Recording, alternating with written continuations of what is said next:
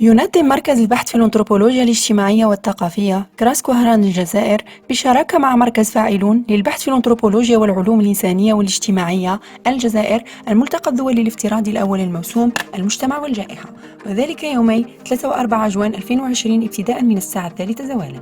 يهدف الملتقى إلى إنجاز تقرير ثان من خلال الاستفادة من الدراسات والتجارب الوطنية والدولية في تحليل ومواجهة أزمة جائحة كوفيد-19. Le Centre de recherche en anthropologie sociale et culturelle Cras-Coran Algérie, en partenariat avec le Centre Fa'iloun de recherche en anthropologie et en sciences humaines et sociales Algérie, organise les 3 et 4 juin 2020 à partir de 15h le premier colloque international virtuel intitulé Société et pandémie. Ce colloque virtuel dans sa forme vise à réaliser un deuxième rapport scientifique en utilisant des études et des expériences nationales et internationales pour analyser et faire face à une crise pandémique Covid-19. The Center of Research in Social and Cultural Anthropology, Cras Coran, Algeria, and Fa'iloun, the Center for Research in Anthropology, Humanities and Social Sciences, Algeria, organized the first international virtual conference, Society and Pandemic, on the 3rd and 4th of June 2020 at 3 p.m. The virtual conference aims to produce a second scientific report employing national and international studies and experiences to analyze and deal with the COVID-19 pandemic crisis.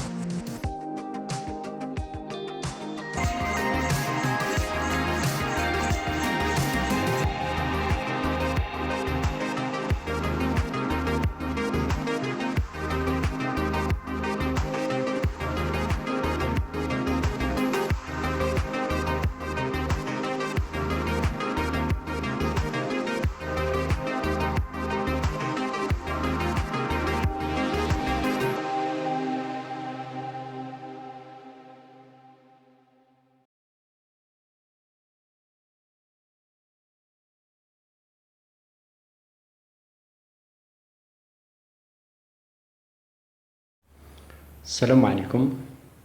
مصطفى مجاهدي، باحث. سبق لي أن اشتغلت بالمركز الوطني للبحث في الأنثروبولوجيا الاجتماعية والثقافية بوهران، وأشتغل اليوم بالمرصد الوطني للتربية والتكوين. مجال تخصصي يمكن أن أختصره في سوسيولوجيا الاتصال، مجموعة أعمال حول علاقة الشباب بشبكات التواصل الاجتماعي، استعمالات الإنترنت إلى غير ذلك من هذه المواضيع. أشكر أولا المنظمين على هذه الدعوة الكريمة للمشاركة في هذا النقاش الهام، ويتعلق الأمر هنا بالجائحة الوبائية التي سادت العالم ومست مختلف كل المجتمعات تقريبا، ومست كذلك مختلف جوانب الحياة اليومية للمواطنين، وبما في ذلك مست ما يتعلق بتمدرس الأطفال والشباب في بلادنا على غرار باقي دول العالم. سمحت لنا المتابعة اليومية لهذا الموضوع، يعني في علاقة التمدرس خلال فترة الجائحة، بالوقوف على مجموعة من الملاحظات. أولا، عندما بدأ هذا الخوف من تعطل الأمور، من تعطل التمدرس إلى غير ذلك، كان هناك مبادرة سواء من الجهات الرسمية من أجل ضمان الدروس عن طريق البث التلفزيوني، كذلك مجموعة من الأساتذة المفتشين إلى غير ذلك حاولوا عن طريق اللجوء إلى فضاءات التواصل الاجتماعي من أجل ضمان على الأقل حد أدنى من استمرارية العملية التعليمية التعلمية، وضمان بقاء التلاميذ مرتبطين بالبرنامج المدرسي. هذه التجربة سوف تسمح لنا بالوقوف على مجموعة من الملاحظات. الملاحظة الأولى تتعلق بجانب مادي. جانب مادي مفاده أن الأفراد ليسوا على نفس الدرجة من القدرة على امتلاك تكنولوجيات الإعلام والاتصال، وليسوا كذلك على نفس القدرة في تملك واستعمال هذه التكنولوجيات. عندما نقارن مثلا بين الأسر القاطنة في الريف والقاطنة في الأوساط الحضارية، عندما نقارن بين الشمال والجنوب، عندما نقارن بين العائلات الميسورة الحال والعائلات الفقيرة، فإن ذلك سوف يضعنا أمام فوارق كبيرة جدا. ولذلك كانت هناك العديد من ردود الأفعال حول التلاميذ والشباب الذين لم يكن بإمكانهم تحصيل هذه التكنولوجيات للاستفادة من هذه المبادرات التي كان يقوم بها الأساتذة إلى غير ذلك. الملاحظة الثانية تتعلق بتاريخية الاستعمالات. عندما برزت تكنولوجيات الإعلام والاتصال في المجتمع ارتبطت تاريخيا بالترفيه، ولم تكن هناك تقاليد راسخة تمتد إلى استعمالات هذه التكنولوجيات في الكثير من القطاعات، ولا سيما في التربية والتعليم. مهما وجود الديوان الوطني للتعليم عن بعد إلى غير ذلك، إلا أن في ذهنية الشباب أن هذه التكنولوجيات لها حيزها وهو الترفيه، أما التعليم فهو الذهاب إلى المدرسة والحضور الفعلي الجسدي داخل فضاء القسم بحضور الأستاذ إلى غير ذلك. إذن فهناك نوعا ما انفصام بين التكنولوجيا وبين النشاط، وبذلك وجدت هذه التكنولوجيات صعوبة كبيرة في القدرة على امتدادها لاستيعاب حقل التربية والتعليم. ولذلك سوف نلاحظ أن هذه المبادرات في الحقيقة مهما وجود الشباب الذين اهتموا وتابعوا إلى غير ذلك، إلا أنها لم تلقى ذلك الزخم الكبير جدا إذا ما قارنا ذلك بالعدد الكبير من التلاميذ والمتعلمين في الجزائر. الملاحظة الثالثة تتعلق بثنائية التعلم وبقضية الرقمنة. قضية الرقمنة أولا، عندما نلاحظ هذه المبادرات فإننا سوف نلاحظ أن الرقمنة اتجهت نحو رقمنة المحتويات لنقلها، هذا أولا. ثانيا، رقمنة تقديم الدرس، معناه أن الأستاذ يسجل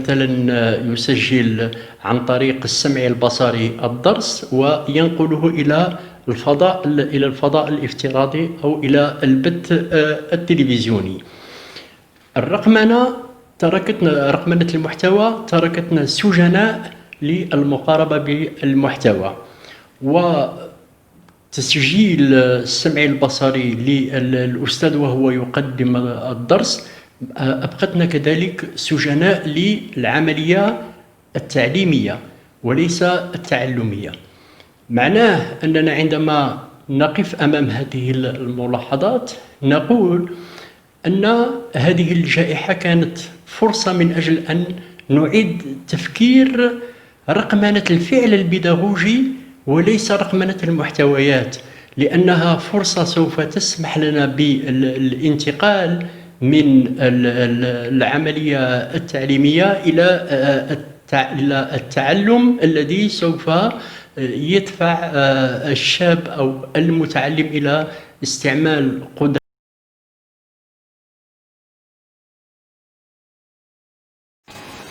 السلام عليكم.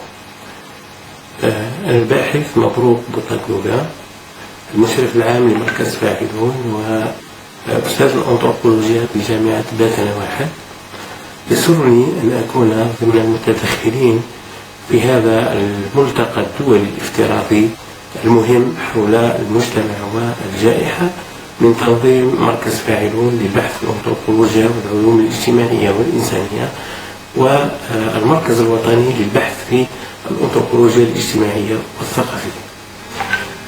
عنوان مداخلتي هو التحول الرقمي في زمن الكوفيد، هل حقا تغير كل شيء؟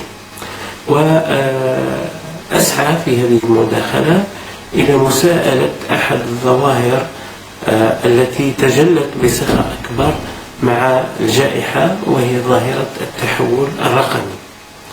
في البداية أشير إلى أن التحول الرقمي ليس وليد الجائحة، بل هو مسار له بعض الوقت، وهناك دولا قطعت أشواط طويلة في هذا التحول، ودولا أخرى لا تزال تراوح مكانها.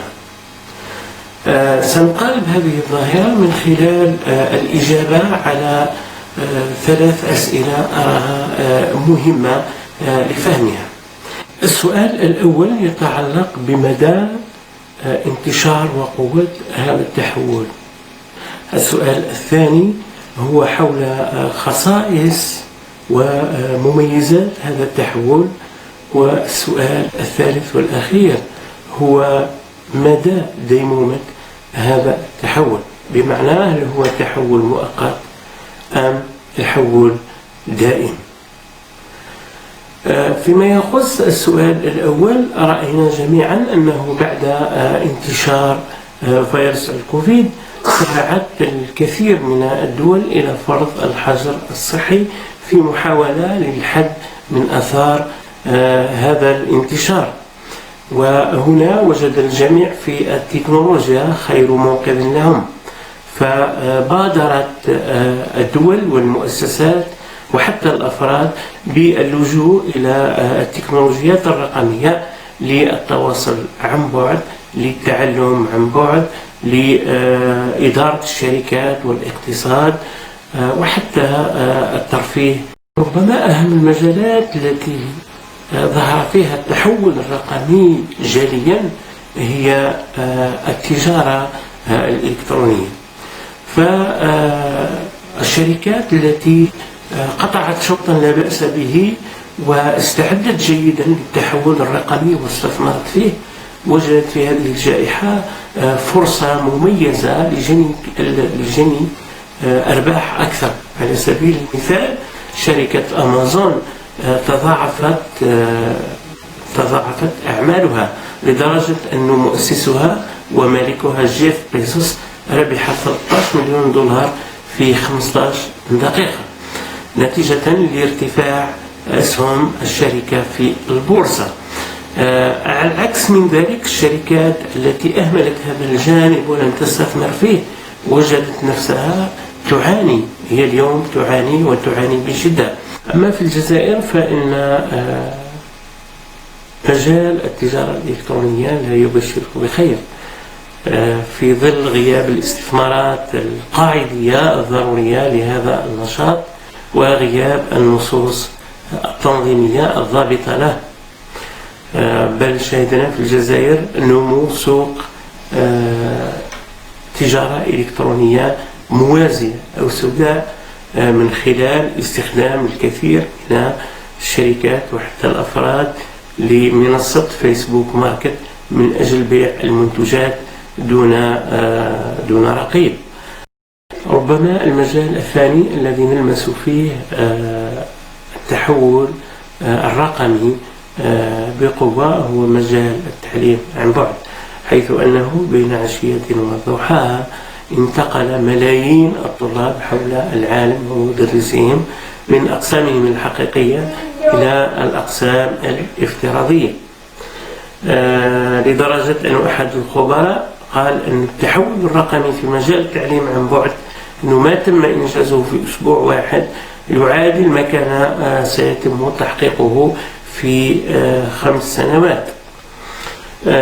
هنا أيضا يختلف الأمر من دولة إلى أخرى. الدول الرائدة في هذا المجال وهي الولايات المتحدة الأمريكية، ثم الهند والصين وكوريا الجنوبية، لم تجد صعوبات كثيرة في هذا التحول. على العكس من ذلك، دول العالم الثالث والدول التي لم تستثمر في هذا المجال المهم وجدت نفسها في حالة لا تحسد عليه.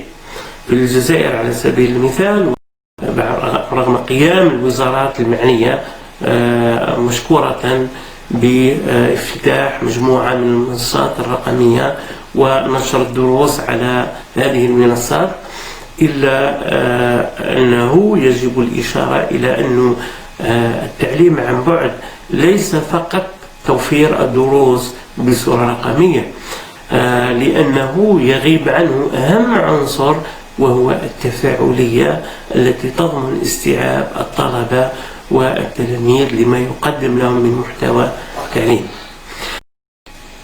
فيما يخص السؤال الثاني الذي يتمحور حول خصائص هذا التحول، يمكننا أن نشير بعجالة إلى أن هذا التحول يمتاز بثلاث خصائص.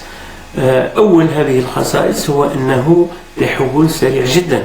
على سبيل المثال في مجال التعليم عن بعد، أشار أحد الخبراء إلى أن ما تم إنجازه في أسبوع واحد كان سيتطلب في الأحوال العادية أكثر من 5 سنوات.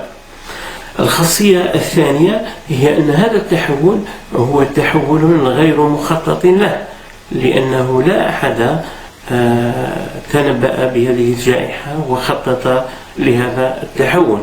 أما الخاصية الثالثة فهي أنه تحول متعثر، فلا أحد في هذا العالم أنجز هذا التحول بسلاسة، ووجد هذا التحول الكثير من المطبات والمشاكل والصعوبات. فيما يتعلق بالسؤال الثالث والأخير حول ديمومة هذا التحول، بمعنى أن هذا التحول هو تحول مؤقت وسنعود إلى ما كنا عليه قبل الجائحة، أم تحول جذري ودائم؟ في الحقيقة تصعب الإجابة على هذا السؤال،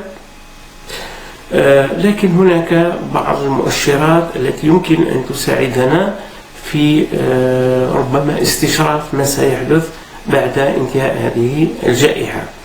من هذه المؤشرات يعني إعلان الكثير من الشركات، خاصة الشركات العاملة في مجال التقنية، على أنها بعد الجائحة ستستمر في إغلاق الكثير من مكاتبها وحث موظفيها على العمل عن بعد.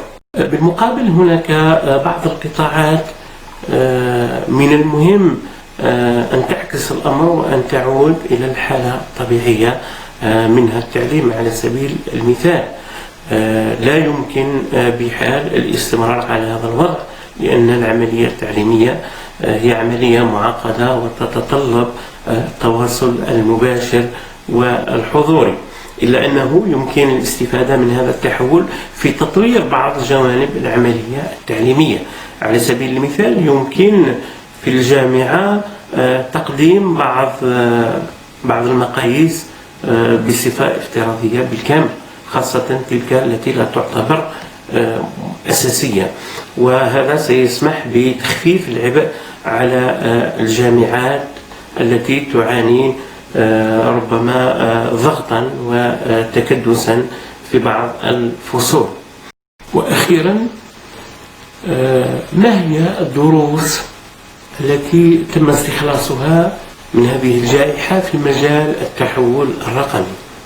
ربما أهم شيء يجب الإشارة إليه هنا هو أن القطاع الرقمي قطاع استراتيجي ومهم جدا لكل القطاعات الأخرى في الدولة، وعلى الدولة أن تستثمر في هذا القطاع وفي بناء التحتية، وأن تفتح مجال المنافسة فيه وتقضي على الاحتكار من أجل توفير خدمة رقمية ذات جودة عالية للجميع. النقطة الثانية هو أنه يجب الإسراع في إصدار النصوص التنظيمية لمجال التجارة الإلكترونية على وجه الخصوص بما يحفظ حقوق الجميع. النقطة الثالثة هي فتح المجال أمام الشباب للاستثمار في قطاع الخدمات الإلكترونية بما يسمح بإنشاء الشركات الناشئة في مختلف المجالات. والنقطة الأخيرة هو ضرورة إدراج التعليم الإلكتروني أو التعليم عن بعد في مختلف المستويات الدراسية، وإن بنسب متفاوتة من مستوى إلى آخر. هذا يعني أهم ما ورد في هذه المداخلة. أشكركم على حسن المتابعة، والسلام عليكم ورحمة الله تعالى وبركاته.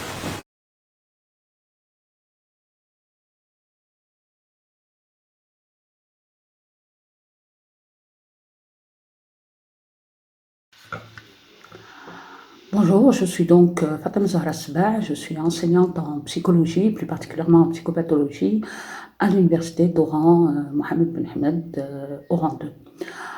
Alors, pour cette rencontre, d'ailleurs, je remercie les organisateurs parce qu'il serait temps de s'y mettre et de réfléchir et de constituer des forces de proposition face à tout ce qui nous arrive.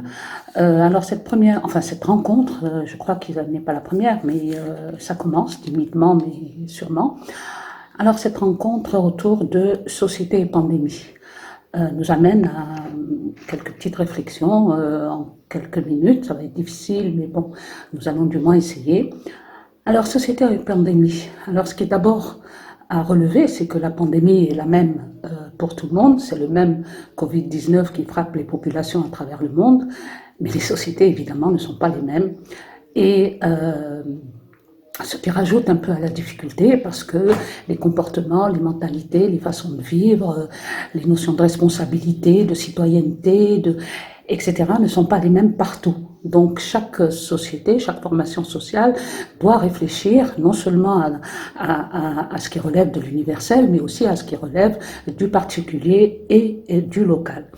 Alors nous revenons dans un premier temps à cette notion de responsabilité. Souvent, et je parle plus bien sûr du contexte algérien, mais ça peut être relevé dans d'autres contextes sociaux, la responsabilité est pensée comme une affaire individuelle en fait, alors qu'elle devrait plutôt être pensée aussi de manière collective. Et ça, c'est assez révélateur ce qui nous arrive actuellement, plutôt des manques au niveau de notre société, et qu'il s'agit de relever pour mieux les combler et pour mieux appréhender les situations telles que celle-ci. Donc, dans un premier temps, c'est plutôt, à mon avis, faire une espèce de plaidoyer pour une société plus résiliente, en fait. Pour une société qui pourrait, à l'avenir, parce que de ce point de vue-là, moi je pense que l'avenir est un peu sombre concernant les épidémies, les pandémies, les choses que nous ne maîtrisons pas, les catastrophes naturelles, etc. Donc, à mon avis, être plus résilient. Mais la question qui se pose, c'est comment créer de la résilience. Comment créer de la résilience pour le commun des mortels, être résilient, c'est pouvoir résister, vivre la situation, trouver en soi des forces qui pourraient nous laisser dépasser cette situation sans trop de dégâts. Sans aucun dégât, c'est pas possible, mais sans trop de dégâts, et comment arriver à se relever et à continuer. Alors, comment créer de la résilience? À mon avis, d'abord, bien sûr, avant tout, par l'éducation. L'éducation au sens large, c'est-à-dire que au niveau bien sûr de l'éducation des enfants, mais aussi l'éducation à la citoyenneté, à l'éco-citoyenneté, cette nature, ça a l'air d'être un petit peu comme ça cliché, mais la nature, la planète, il faut en prendre soin, parce que sinon nous allons vers des catastrophes difficilement maîtrisables pour de nombreux pays. Il n'y a qu'à voir les changements climatiques, le trou dans la couche d'ozone, enfin tout ça ne va pas sans incidence sur la santé et les comportements des citoyens. Alors par l'éducation, bien sûr, mais aussi, ça il faut le dire, mais aussi par la présence de lois qui permettraient justement de faire respecter un certain nombre de dispositions. Parce que souvent on a tendance à dire la loi n'est pas aussi nécessaire que ça, enfin l'application de la loi au sens strict, il vaut mieux bien entendu sensibiliser les personnes, etc., pour que d'eux-mêmes ils appliquent la loi, ils respectent la loi. Mais c'est pas, on le sait, c'est pas toujours évident. Il y a qu'à, tout le monde donne l'exemple de la ceinture de sécurité qu'on met même quand on est garé devant chez soi. Donc la loi est importante. La loi est importante. Actuellement, si on parle du port du masque et si on oblige les citoyens à le porter, il faut s'y soumettre. C'est comme ça. Moi, je crois que la loi est aussi indispensable dans ce cadre-là. Comment créer de la résilience aussi? Le deuxième point, ce serait plutôt de répondre aux besoins fondamentaux des populations. On ne peut pas isoler une population, lui demander pratiquement du jour au lendemain de ne pas travailler, de ne pas subvenir à ses besoins de manière journalière, sans apporter un soutien, pas une aide, mais un soutien. C'est pas possible. C'est l'État qui doit soutenir ces populations-là par des dispositifs à mettre en place, par les caisses de sécurité sociale, par les affaires sociales, etc. Mais pour ça, il y a une difficulté, notamment en Algérie. C'est les données. Disposons-nous suffisamment de données fiable pour localiser, repérer les familles, disons que nous devons soutenir. Est-ce qu'on peut, on est en mesure de faire ça? Et ensuite, il faudrait veiller à ce que effectivement les dispositifs de soutien profitent bien aux personnes à qui ces dispositifs de soutien sont destinés. Alors, il y a quand même, il faudrait penser aussi à mon avis, bousculer, ça il faut, j'essaie de trouver le terme qu'il faut, mais bousculer les codes sociaux. Il y a des codes sociaux comme ça qui sont ancrés depuis des années, des dizaines d'années, et ça, il y en a certains qu'il faudra bousculer. Je n'aimerais pas, il y a certaines personnes plus spécialisées que moi, plus spécialistes que moi sur la question du religieux, par exemple, mais tout remettre entre les mains de Dieu, c'est pas une attitude très responsable. De par mon éducation culturelle musulmane, on m'a toujours appris qu'il fallait aussi, Dieu t'a donné une âme, mais qu'il faut que chacun puisse réfléchir, proposer, être responsable, se sentir responsable, etc. Mettre tout ça, le corona n'existe pas, et puis de toute façon, Dieu m'a déjà prescrit ce que je dois vivre, ce n'est pas une attitude très responsable. Je le dis en toute... je le dis parce qu'effectivement, c'est ce qu'on entend souvent autour de nous. Alors, donc on a dit l'éducation, répondre aux besoins des populations et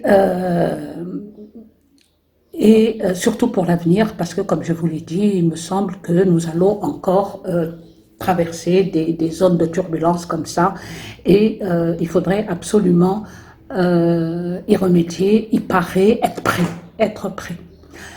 Maintenant, j'aimerais revenir sur la question de confinement. Alors, beaucoup actuellement, nous voyons sur les réseaux sociaux ou alors des enseignants universitaires qui lancent des questionnaires sur les conséquences du confinement, comment vous le vivez, comment ça se passe à la maison, etc., etc. Pour le cas de l'Algérie, est-ce qu'on peut vraiment parler de confinement strict? À mon avis, non. Parce qu'on sort à heure régulière, etc. Enfin, on sort et puis il faut rentrer à une heure précise, etc. Moi, je ne crois pas que ce soit... Mais les conséquences de ce confinement sont effectivement à étudier, à prévenir, etc. Nous allons avoir, à mon avis, beaucoup de personnes qui vont voir leur angoisse augmenter, faire des crises d'angoisse, faire des phobies, par exemple des phobies sociales, des phobies scolaires. Il y a beaucoup de parents qui expliquent aux enfants la peur du corona par la peur de l'extérieur. Ne sortez pas, ne regardez pas les gens, etc. Ça peut développer chez certaines personnalités des pathologies sévères qu'il sera difficile par la suite de soigner.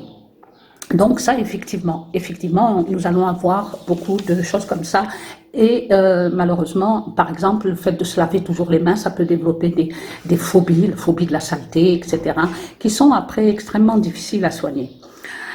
Alors, et tout ça va avoir un coût, évidemment. Il y a un coût sur le plan économique, un coût sur le comportement psychosocial des populations, etc. Donc, toute la question est de savoir comment prévenir, comment prendre en charge, mais aussi de se préparer à un avenir qui risque de nous faire rencontrer ce type de situation souvent. Maintenant, bon, pour finir, parce que nous avons très peu de temps, ce que je peux dire, c'est qu'il s'agit en fait de déconfiner nos imaginations. Il faut réfléchir à d'autres mécanismes, ne pas rester sur nos acquis et nos propositions que nous refaisons année après année, sans vraiment être efficace. Voilà, je vous remercie. Bonjour, je suis le professeur Gendouz Benamar Naïma de l'ENS d'Oran, l'École normale supérieure d'Oran, aussi chercheur associé au CRASC. Mon intervention s'intitule « Pour un citoyen de demain responsable et résilient ». Comme vous savez, la crise sanitaire du Covid-19 a fait qu'une grande partie de l'humanité se trouve obligée de se confiner et d'éviter les interactions humaines directes.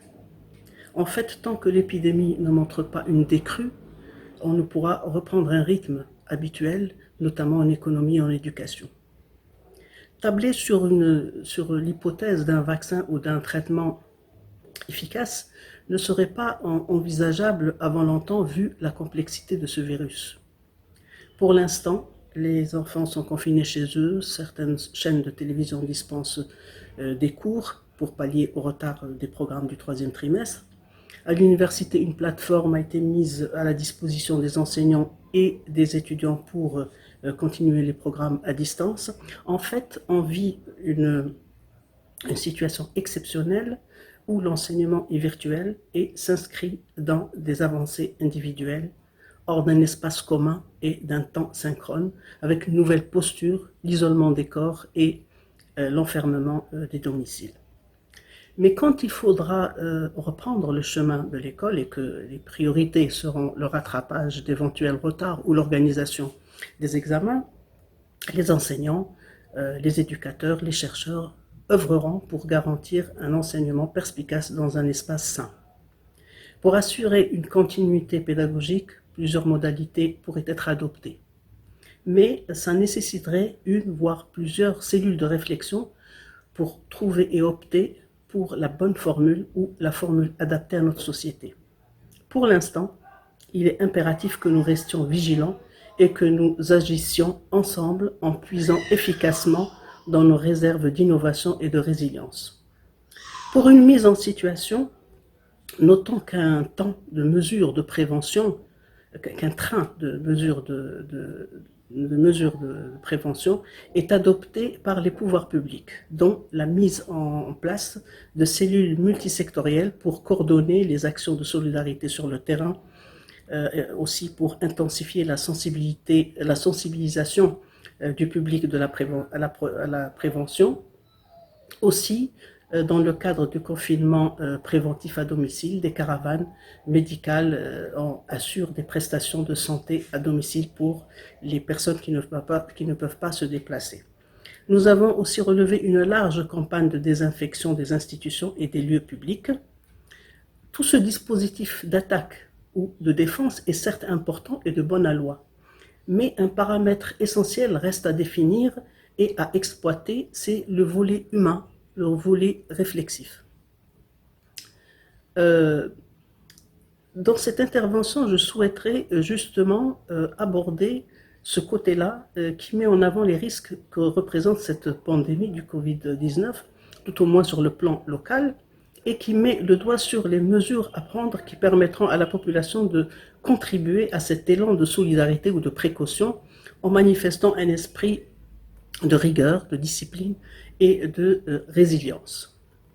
Rappelons que la notion de résilience sociale, comme l'expliquent Hall et Lamont dans leur ouvrage sur la résilience sociale et le néolibéralisme, renvoie à une expérience de bien-être individuel et sociétal à la capacité des acteurs à mener une bonne vie grâce à leur interaction face aux différents changements de la vie.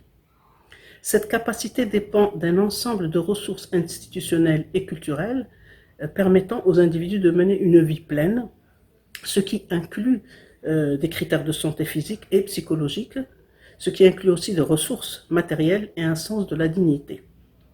Autant dire que ce ne sont pas les capacités personnelles des individus à faire face aux changements sociaux qui sont à la base de cette version de la résilience sociale, mais ce sont les ressources collectives qui sont à leur disposition. C'est ce qui nous intéresse ici.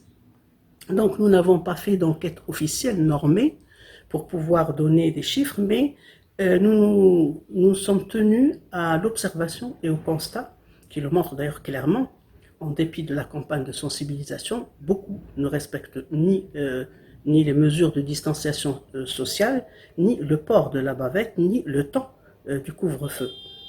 Donc il est vrai que nous vivons une situation exceptionnelle qui touche aux libertés individuelles, voire personnelles, surtout quand ces contraintes arrivent brusquement à un moment donné. Donc là, le côté psychologique, individuel et social se trouve affecté. La société algérienne est une société qui a ses réflexes, ses normes, ses habitudes, ses traditions sociales et sociétales. Malheureusement, la crise sanitaire que nous vivons nécessite des gestes rigoureux où la discipline est convoquée et la résilience exigée. Il est évident que l'impact d'une crise pareille ne sera pas sans incidence. C'est en fait un mode de vie qui a changé brusquement, ce qui nécessite une adaptation à cette nouvelle situation. D'ailleurs, même les pays les plus développés ne sont pas suffisamment outillés pour ce changement qui dure malheureusement. Par ailleurs, nous constatons que nous avons trop été habitués à fuir le danger au lieu d'apprendre à vaincre les obstacles. Nous avons tendance à confier notre sécurité aux autres. Aujourd'hui, nous nous sentons sans défense. Nous avons donc changé notre attitude devant la vie, multipliant les règlements et les précautions. Nous acceptons maintenant que les catastrophes et les épreuves fassent partie de notre vie. Donc, si nous ne nous préparons pas, nous nous retrouverons sans moyen d'adaptation efficace. Par conséquent, il nous est demandé d'être responsables de ce que nous pouvons changer et d'être résilients face à ce que nous ne pouvons pas éviter. Pour ce faire, il est judicieux de s'orienter vers une attitude éducative plutôt que curative, en fournissant bien sûr des conditions qui permettront de développer des qualités qui favorisent la résilience, en puisant entre autres dans les ressources individuelles de la personne. La résilience a un effet magique face à des problèmes apparemment insolubles. Elle nous fait découvrir que nous sommes capables de beaucoup plus que ce que nous croyons. Aujourd'hui, dans de nombreux pays, les chercheurs tentent de cerner les facteurs de résilience et la façon de les développer. Cette dimension de la réalité transcende justement les cultures, les organisations sociales, et le monde d'aujourd'hui et les recherches mondiales font bien de la résilience un phénomène de société. C'est pourquoi nous devrions la trouver dans les attitudes éducatives. L'éducateur est en fait peut-être un tuteur de résilience. Il sera une personne a priori dite de confiance qui pourra aider la personne à prendre conscience de ses ressources et de les mobiliser. Bien sûr que cela peut être fait par toute autre personne qui apporte du réconfort et de la sécurité. Pour favoriser la résilience de la personne, l'éducateur optimisera les facteurs de protection, diminuera les facteurs de risque, favorisera l'autonomie et la responsabilisation, et cela tout en travaillant sur l'estime de soi, la rigueur, la discipline et la sociabilité. L'éducateur travaillera donc sur les comportements socio-éducatifs à visée préventive. En fait, le soutien à la résilience est d'aider l'autre à grandir. Comment? Tout simplement en renforçant l'autorité des élèves ou des personnes. De tout nouveau dispositif qu'on pourrait proposer au système éducatif, un élément essentiel reste à valoriser dans l'acte pédagogique, c'est celui d'installer, d'initier l'apprenant à l'autonomie, car avec cette compétence, on mettra en branle ces stratégies réflexives et qu'il adaptera à différentes situations de la vie.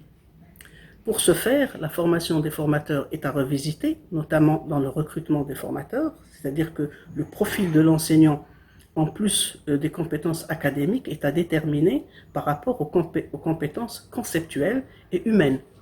Là, je fais allusion à la trilogie de Katz, pour qui les compétences conceptuelles vont permettre à l'apprenant d'analyser et d'agir de manière systémique, et humaine, il va prendre en charge justement ces relations intra- et interpersonnelles.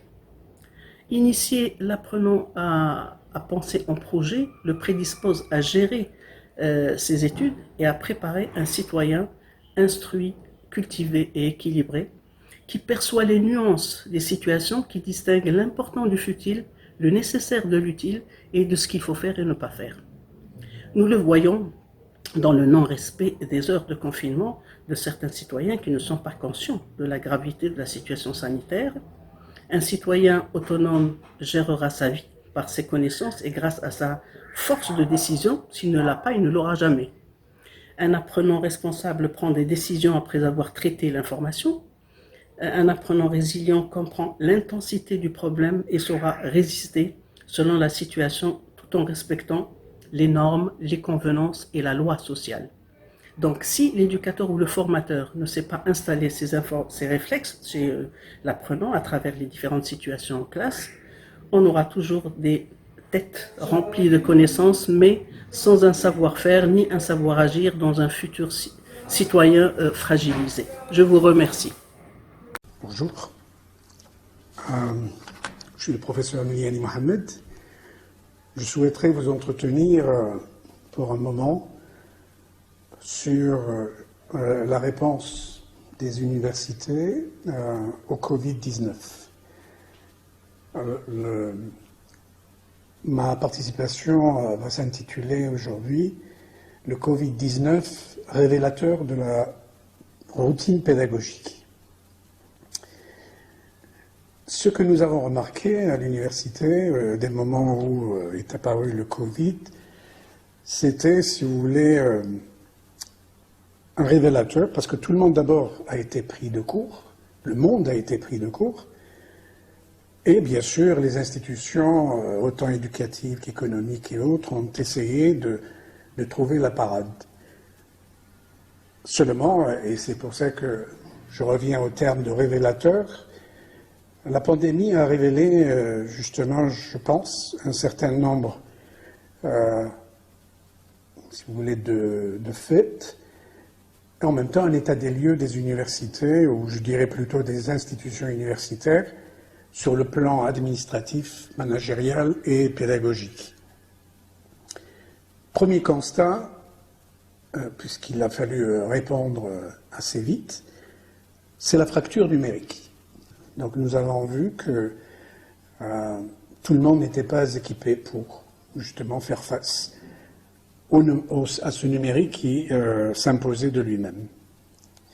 Par ailleurs, et ça s'inscrit, si vous voulez, sur la durée, c'est l'écart entre les politiques éducatives, aussi bien dans le supérieur que dans l'éducation nationale. C'est cet écart justement entre ces politiques éducatives en faveur de ce qu'on a appelé les TIC et les TIS, la technologie de l'information et de la communication, le E étant appliqué à l'éducation, et le terrain.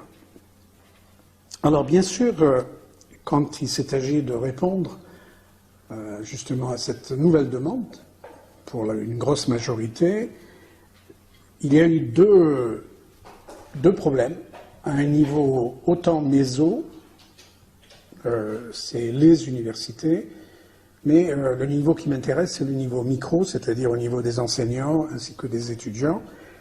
Il y a eu d'abord un problème logistique, et puis il y a ce que j'ai appelé une littératie numérique embryonnaire.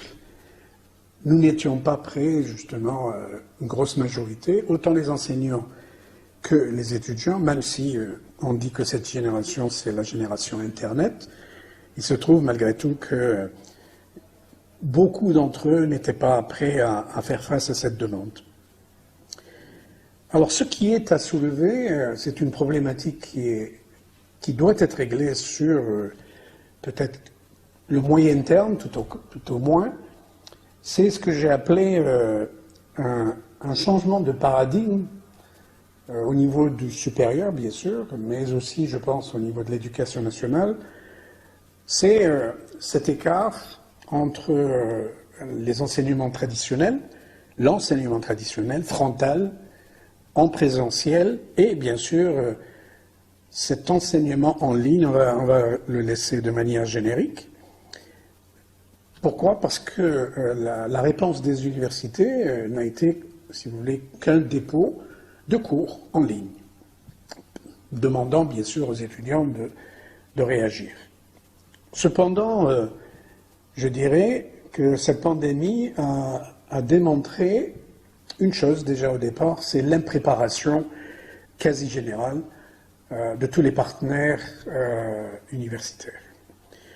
Alors, l'impréparation, elle était en amont structurelle, puisque il y a un manque de moyens, bien sûr, mais aussi, si vous voulez, d'ailleurs c'est une étude de l'OCDE qui l'a révélé en 2020.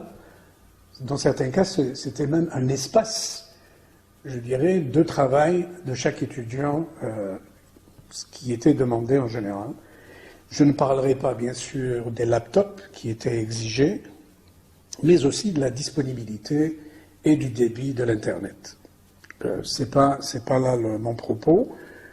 J'irai plutôt du côté de cette impréparation, mais alors qui a différentes facettes. Alors, elle est pédagogique, didactique, psychologique, psychopédagogique et technopédagogique. Donc vous voyez que, justement, il y a cette complexité, et il faut le dire que d'abord c'est le psychologique qui a pris un sacré coup, puisque tous les partenaires, il y a eu comme une sorte de panique, il faut le dire, à tous les niveaux, et puis bien sûr un cours qui se donne en présentiel, ce n'est pas comme un cours que l'on met en ligne. Sauf s'il y a eu de copier-coller, un cours, on met longtemps à le préparer. J'ai eu des cours monographiques que j'ai publiés dans les fin des années 80. Ce n'est pas rien, donc ça demande du temps, ça demande de la réflexion. Ce qui était aussi révélé, et c'est pour ça que je parle toujours de ce révélateur, si vous voulez, c'est l'enseignement hybride était plutôt rare. Alors l'hybridité vient justement de ces deux manières d'approcher l'enseignement, par justement l'enseignement frontal, mais aussi par le numérique. Donc beaucoup n'étaient pas justement au niveau de cette hybridité. D'autres problèmes se sont rajoutés, si vous voulez, dès le moment où il s'est agi de contenu à mettre, si vous voulez, en ligne. C'est ce que j'appelle la didactisation numérique des contenus d'enseignement ou des contenus disciplinaires.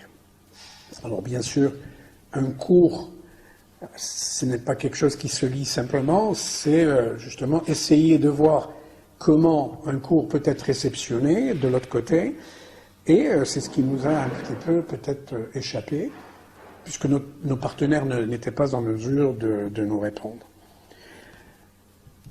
Troisième élément, il est plutôt pédagogique. Alors, si vous voulez, un cours en ligne est presque sans âme, puisqu'il n'y a pas cet accompagnement, puisqu'il fait défaut. Et il y a une chose qui a été assez problématique, c'est l'absence de feedback. Donc, le feedback, c'est-à-dire cette possibilité de réagir à l'étudiant, de réagir et nous, de revenir sur ce qui a été dit, était impossible. Alors, psychologique et psychopédagogique, c'est justement cette réception du cours.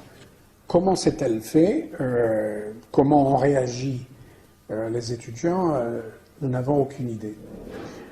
Alors, bien sûr, on peut dire que la surprise, si vous voulez, de cet événement nous a perturbés, Mais il y a eu en même temps de bons aspects qui sont apparus, et entre autres ce que j'ai appelé un enseignement mutuel, en anglais on appelle ça peer learning, c'est-à-dire les étudiants ont essayé d'apprendre de leur pairs. Et bien sûr, dès le moment où il y avait impossibilité d'avoir accès à l'enseignant, il était donc bien de voir que certains étudiants ont essayé donc de participer. Maintenant, bien sûr, les mauvais points, si vous voulez, de la mise en ligne de cours, c'est les défections qui étaient assez nombreuses. Les étudiants qui étaient supposés s'inscrire en ligne pour pouvoir récupérer le cours ne l'ont pas fait, ou très peu l'ont fait. En fait, est apparu ce que j'ai appelé le relais. Le représentant des étudiants récupérait, lui, le cours et le passait à travers Facebook et autres manières de faire qui n'étaient pas, je dirais, la plus appropriée. Alors, bien sûr, il ne s'agit pas ici de s'attarder. Simplement pour conclure, je souhaiterais d'abord dire que il faudrait que nous nous débarrassions de ce que j'ai appelé aussi le numérique cosmétique. C'est-à-dire, tout le monde en parle, mais nous ne voyons jamais, si vous voulez, cette manière plus palpable, plus tangible d'utiliser le numérique dans les enseignements. Donc, il faudrait passer à peut-être ce que je pourrais appeler une systématisation d'un enseignement numérique complémentaire. Alors, bien sûr, on ne peut pas remplacer un cours traditionnel, mais bon, c'est une question que je vais soulever en dernier lieu, mais il faudrait quand même que nous pensions justement à cette complémentarité numérique pour que les étudiants puissent, puisque rappelons-nous, l'UNESCO dans les ODD, et en particulier l'ODD 4, parle d'un enseignement tout au long de la vie, mais en même temps des enseignements de qualité. Alors bien sûr, il y a eu un fort enthousiasme, mais un problème majeur à cet enthousiasme, c'est, si vous voulez, si on peut dire que tout le monde est éducable, donc l'éducabilité des individus, l'autonomie, elle, est absente. Donc nous n'avons pas toujours préparé nos étudiants à une certaine autonomisation progressive. Peut-être qu'il faut la construire à l'avenir, passer à une autre manière de faire. Le cours traditionnel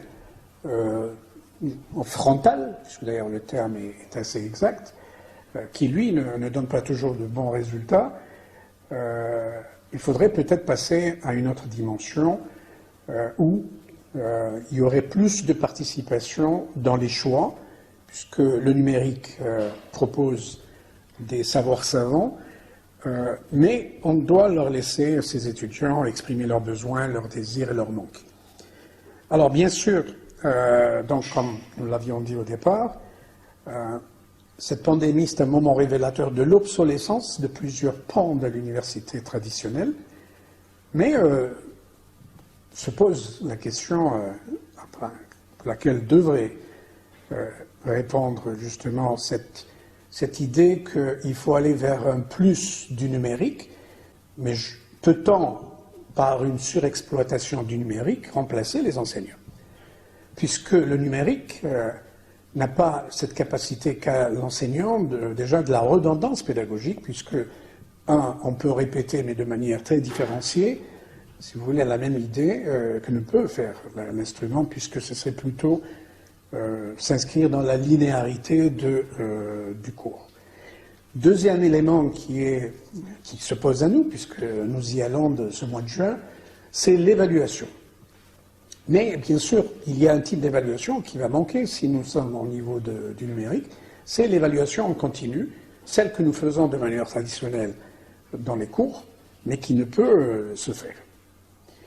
Par ailleurs, c'est pour ça que la machine, il faudrait tout de même la contrôler, parce que la classe n'est pas qu'un espace, si vous voulez, physique.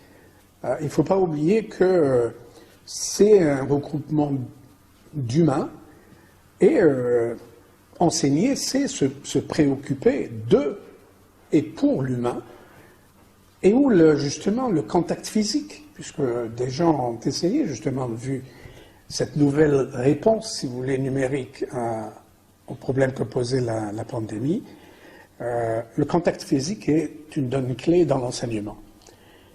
Par rapport, si vous voulez, aussi à la question de la routinisation, puisque pour moi, ce qui a été révélé justement par la pandémie, c'est cette routinisation qui ne peut, si vous voulez, laisser de l'espace à l'innovation. C'est pour ça qu'il s'agit pour nous, enseignement supérieur, de nous préparer aux défis de demain, sans se laisser surprendre, Covid-19 ou pas. Je vous remercie.